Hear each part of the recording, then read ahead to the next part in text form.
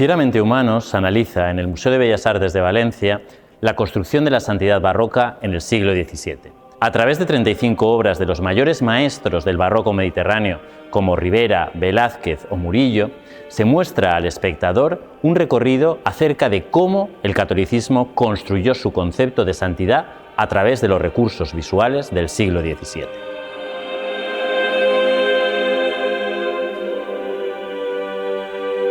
Durante la Edad Moderna, la Europa católica sufrió una de las mayores sacudidas que nunca había vivido. Lutero, a principios del siglo XVI, había separado de la obediencia al catolicismo y al papado de Roma a gran parte de los territorios de Europa.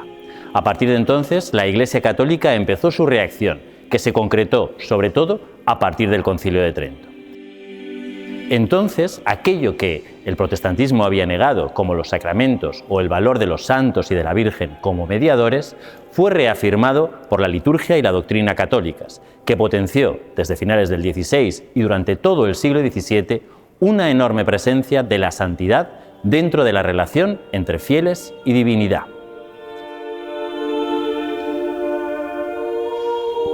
Santos antiguos y modernos como Pedro, Pablo, Teresa o Diego de Alcalá poblaron los altares españoles y también se propusieron a todos los habitantes de Europa como los justos intermediarios entre los fieles y su devoción.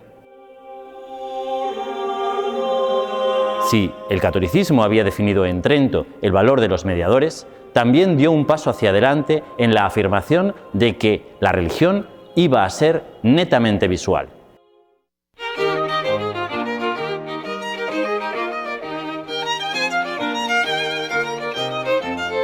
El lenguaje elegido por los artistas del barroco para plasmar su imagen de la santidad fue sin duda el realismo. De la mano de maestros como Murillo, Ribera, Velázquez o Zurbarán, los santos se volvieron de carne, piel y hueso en las pinturas sobre lienzo,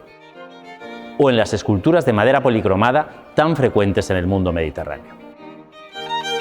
La potencia de la construcción visual de la santidad barroca fue tal que su vigencia pervive hasta la actualidad. Esta vigencia se ha subrayado dentro de la exposición Fieramente Humanos mediante la inclusión de 3 obras de arte del siglo XX, una pieza de Darío Villalba, una del equipo Crónica y una magnífica crucifixión de Saura. Estas 3 obras contemporáneas, junto a la proyección de Fuego en Castilla de José Valdelomar, una película grabada en 1961 sobre la vivencia de la Semana Santa en la profunda Castilla de la segunda mitad del siglo XX, muestran que ahora, como entonces, la imagen de santidad ha cambiado poco y que algunas de las creaciones fijadas en el siglo XVII son todavía perfectamente reconocibles para el público actual.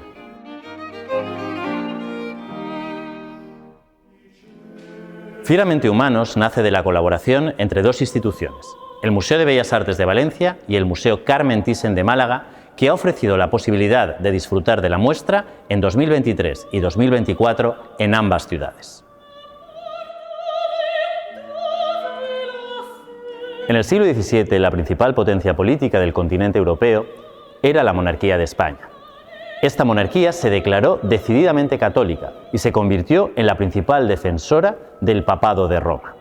A partir del Concilio de Trento, innumerables fueron los españoles que ascendieron a los altares mediante exitosos procesos de canonización.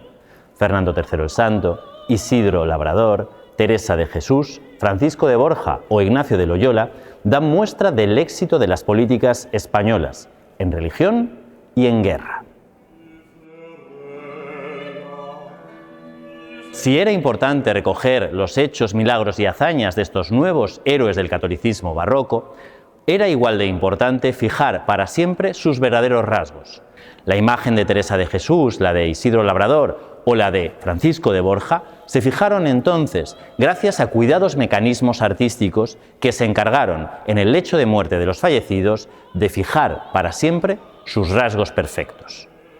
Estos rasgos no debían ser de perfección física, sino plasmar la perfección de las almas de los retratados, que se proponían como modelos de comportamiento y de acceso a la santidad para todos los fieles católicos.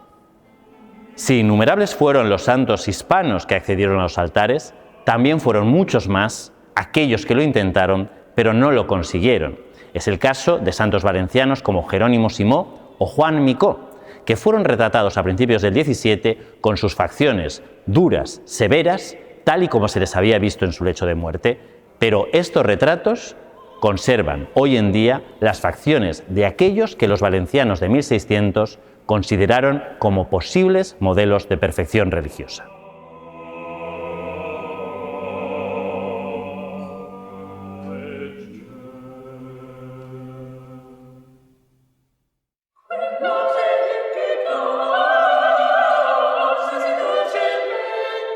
A mis espaldas se encuentran los dos fantásticos retratos de muerto de Bernardino de Obregón y Simón de Rojas.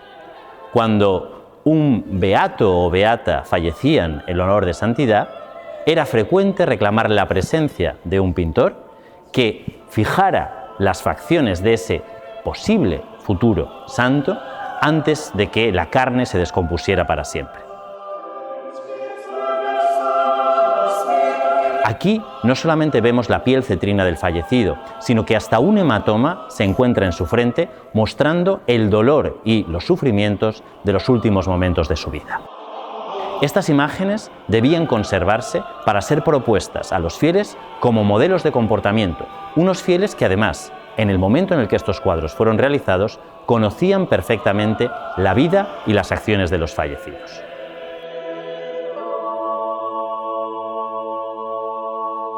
El auge de la santidad en el catolicismo generó verdaderos tipos iconográficos susceptibles de ser reconocidos a lo largo y ancho del orbe.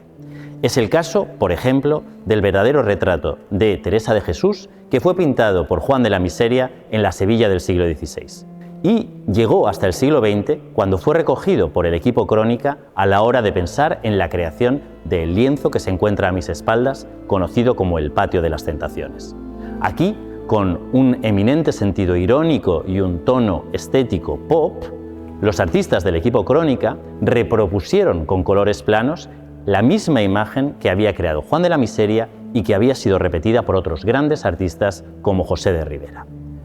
El éxito del tipo iconográfico, el éxito de los creadores de la imagen de Teresa de Jesús, es que hoy, como entonces, sabemos o creemos saber que el rostro de Teresa de Jesús, el verdadero rostro de la santidad barroca, es aquel que nos propone el equipo Crónica.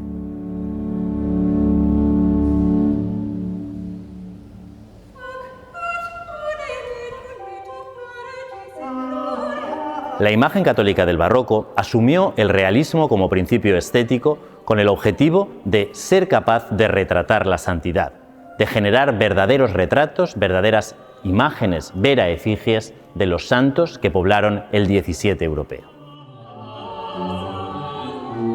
Para conmover a aquellos que se acercan a una imagen artística, el objeto fundamental sobre el que debe trabajar el artista son los procesos psicológicos de empatía y simpatía,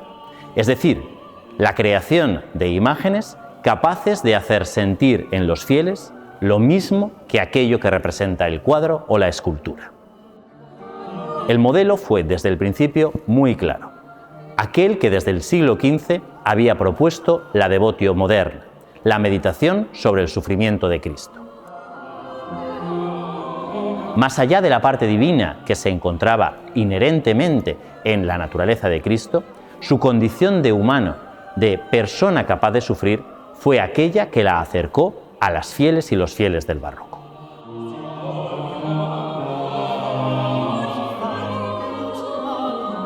A partir de la meditación sobre el sufrimiento de Cristo, que aparece ejemplificada en las esculturas de Mena, donde Cristo, en la forma de un ecceomo lleno de sangre y mostrando sus heridas a aquel que se acerca, es capaz de poner la piel de gallina a cualquiera que se aproxime,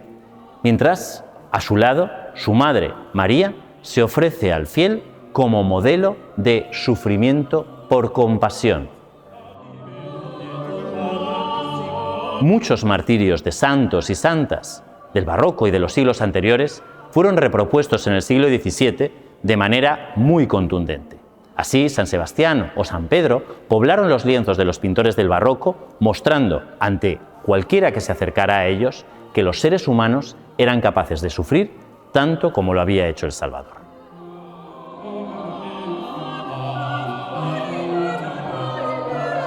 El enorme lienzo de San Francisco abrazando al crucificado de Francisco Ribalta, procedente del convento de capuchinos de la Sangre de Valencia y hoy custodiado en el Museo de Bellas Artes, es una manifestación clara de los procesos empáticos que animaban la liturgia, la devoción y la imagen del barroco. Aquí, San Francisco se ha acercado a Cristo padeciente en la cruz. Ha sufrido tanto con él que se ha reproducido en sus propias carnes el padecimiento de Cristo, tal y como nos muestran los estigmas de sus manos y de sus pies. Además, el sentimiento del santo ha sido tan fuerte que no sabemos si Cristo en su cruz es una aparición o se trata, por el contrario, de una escultura ante la que el franciscano se encuentra rezando, que, avivada por la enorme devoción, la empatía y la compasión de Francisco, se ha desclavado del madero para coronar al santo con su corona de espinas.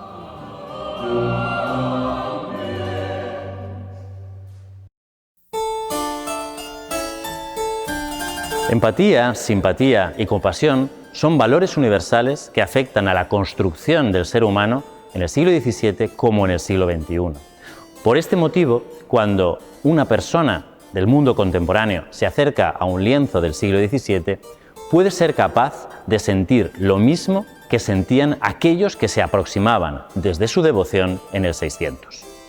La universalidad de estos sentimientos hace que piezas del XVII y del siglo XX puedan ser comprendidas como parte de un todo, y es lo que ocurre con las crucifixiones de Antonio de Pereda y de Antonio Saura, que se encuentran a mis espaldas. En ambas, con un lenguaje completamente diferente, se está proponiendo, en un primer plano, que el espectador experimente el sufrimiento de Cristo. Un sufrimiento cargado de expresionismo, de fuerza matérica que funciona exactamente igual cuando el detalle es realista, como en el caso de Pereda, o cuando nos aproximamos a la abstracción, como en el caso de Saura.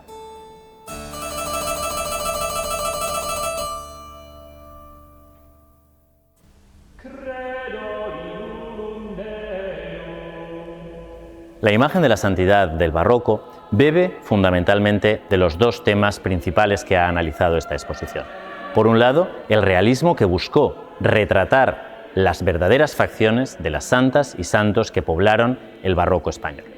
Por otro lado, la comprensión de los procedimientos empáticos que fueron susceptibles de conectar imagen artística y sentimientos de los fieles. Así, imágenes tremendamente conocidas por todos los que nos acercamos a los museos, como los innumerables retratos de San Jerónimo, Santa Águeda, María Magdalena o María Egipcíaca, se muestran ante los fieles en su condición humana. Por un lado, son retratos tremendamente realistas, pero que emplean para conectar con el espectador el sufrimiento de la carne humana como principal recurso. Gracias al genio de los artistas del barroco, los héroes del catolicismo se siguen presentando hoy, como en el siglo XVII, ante nosotros como divinos y humanos,